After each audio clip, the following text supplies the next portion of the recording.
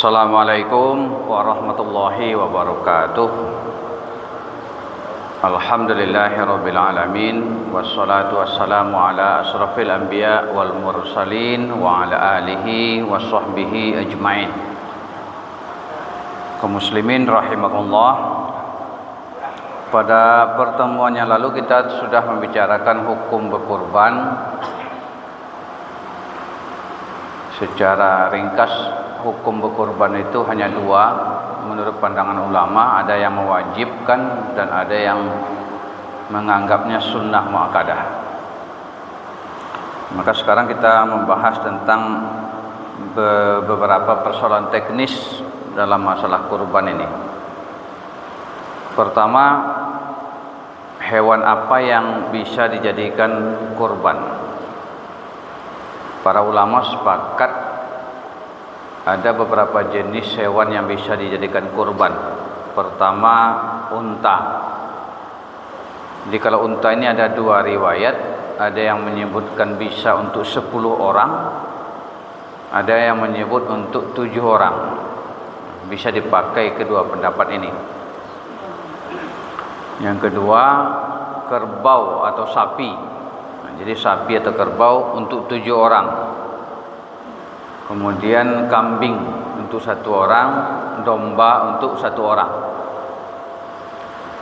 Kalau onta ini minimal usianya 5 tahun.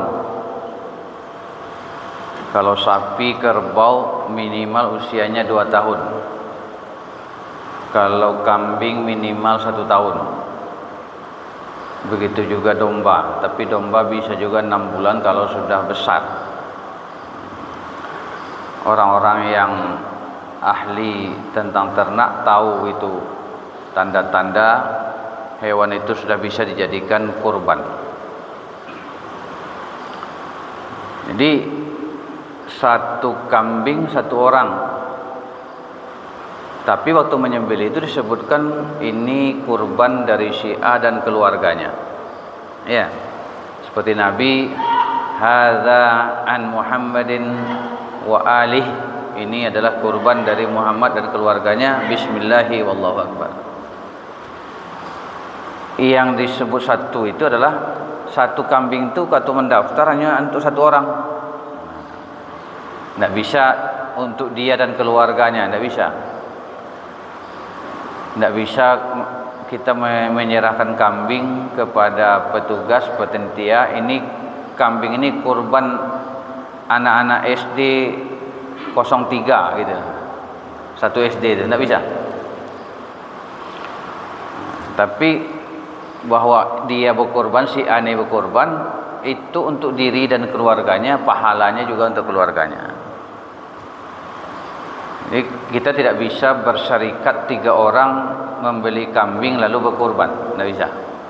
Tetap 1 orang yang didaftarkan, yang 2 orang lagi menyumbang, memberikan hadiah, hibah kepada 2 orang lainnya. Dan 2 ini menyerahkan hibah kepada yang 1 orang ini untuk berkorban. Nah, itu bisa.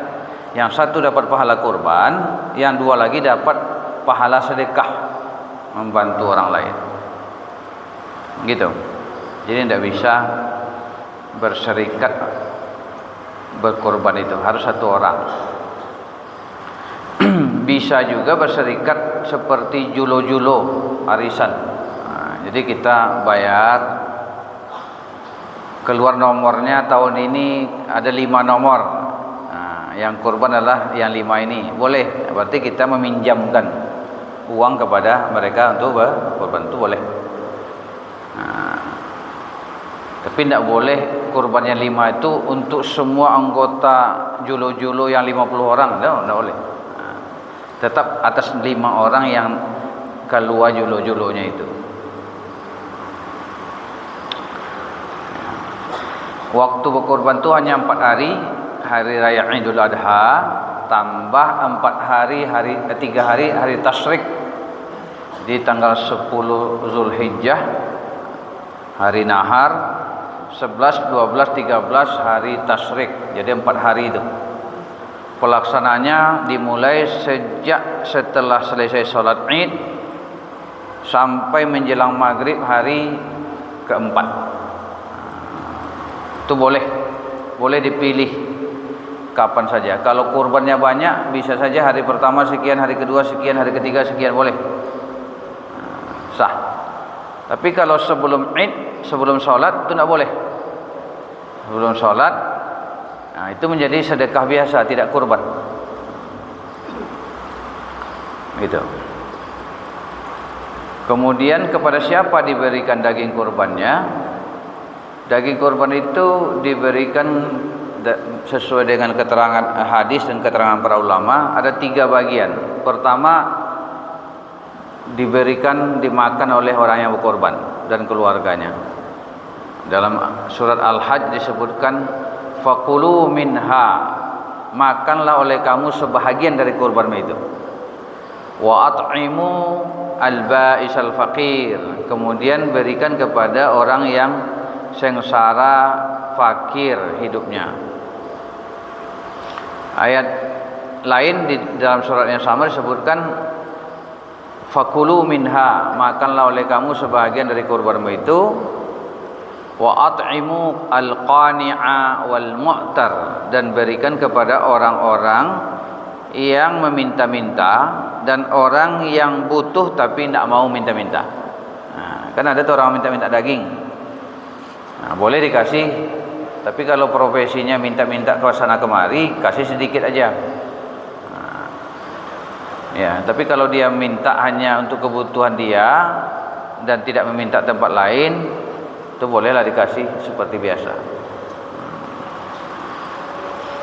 Jadi diberikan kepada fakir miskin. Nah, kemudian diberikan juga kepada orang-orang tetangga kita walaupun kaya. Jadi kalau dibagi 3 itu. Pertama untuk barokah, makan sendiri, ambil berkah. Yang kedua untuk sedekah, yaitu fakir miskin. Yang ketiga untuk hadiah, tetangga walaupun kaya. Nah, hadiah. Jadi sedekah, berkah, barokah, sedekah, hadiah. Nah, itu pembagian daging kurban itu. Berapa porsi-porsi yang 3 ini tergantung keadaan. Nabi itu pada suatu masa pernah melarang orang yang berkurban untuk ngambil daging banyak-banyak. Tidak boleh. Kata Nabi, kalian cukup ambil untuk makan 3 hari. Jangan ada lagi sisa daging itu di hari ketiga. Setelah untuk 2 hari berarti. Nah, di hari ketiga jangan ada lagi sisa daging. Nah, tahun depannya, itu karena apa? Karena waktu itu banyak fakir miskin yang minta daging. Tahun depannya fakir miskin itu tidak banyak datang, kurban banyak, lalu berlebihlah daging itu banyak. Maka para sahabat yang ikut berkurban bertanya kepada Rasulullah, ya Rasulullah, ini daging banyak nih, kalau kami ambil hanya untuk 2 hari, banyak lebihnya, bolehkah kami simpan ya Rasulullah, kami jadikan dendeng? Boleh, kata Rasulullah. Jadi berapa bagian masing-masing itu tergantung keadaan. Makanya kalau banyak fakir miskin yang membutuhkan di komplek kita, maka daging itu dibagikan lebih banyak kepada fakir miskin, peserta kurban dikit.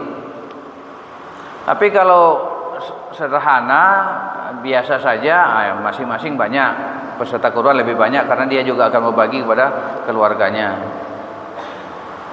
Kalau di komplek kita banyak orang membutuhkan, tidak usah dioper kurban ke tempat lain. Jangan dioper ke Mentawai, ke Palestina, karena ke Palestina itu banyak pula orang yang ngirim ke sana. Sementara daerah kita, keluar kampung kita itu banyak fakir miskinnya, dahulukan yang di situ. Tidak usah dikirim ke tempat lain, tidak usah dikirim ke kampung. Tapi kalau di tempat kita itu banyak orang kurban, fakir miskin sudah terpenuhi haknya, bolehlah kirim ke kampung, ke Mentawai, ke Gaza dan sebagainya. Nah, gitu. Nah, jadi kemudian yang dibagikan itu kurban kita itu utuh. Jadi dibagikan semua utuh. Kalau saya kurban kambing, maka yang saya kurbankan itu mulai kakinya sampai rambut di atasnya, semuanya dibagikan. Kulitnya dibagikan juga. Jangan nanti saya jual, lalu harganya saya ambil. Nah, saya pakai untuk mengupahi tukang jagalnya, itu tidak boleh. Berarti saya tidak jadi berkorban kulit, tidak utuh jadinya. Jadi kalau nanti ada panitia kulit kurban, boleh diberikan kepada seseorang yang bisa mengolahnya. Atau kalau tidak ada yang bisa mengolahnya, ada tukang kerupuk jange yang minta dibeli, ya boleh jual. Tapi hasilnya itu bagikan lagi kepada orang yang berhak.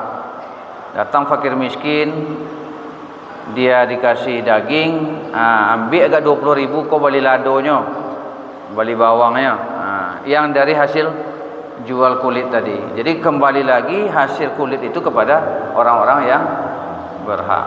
Tidak boleh dijual kulit itu lalu dipakai untuk beli ladiang, beli lapik, beli keranjang, upah tukang jagal. Itu semua kewajiban peserta kurban. Tidak boleh diambil dari daging atau kulit. Diambil dari makanya kalau kurbannya 2,7, dari situlah diambil biaya operasional seluruhnya. Tidak boleh dari kulit atau bahagian dari kurban tadi. Itulah barangkali Bapak Ibu untuk sementara. Mungkin lain kesempatan kita sambung lagi kajian tentang kurban ini. Banyak maaf, terima kasih. Assalamualaikum warahmatullahi wabarakatuh.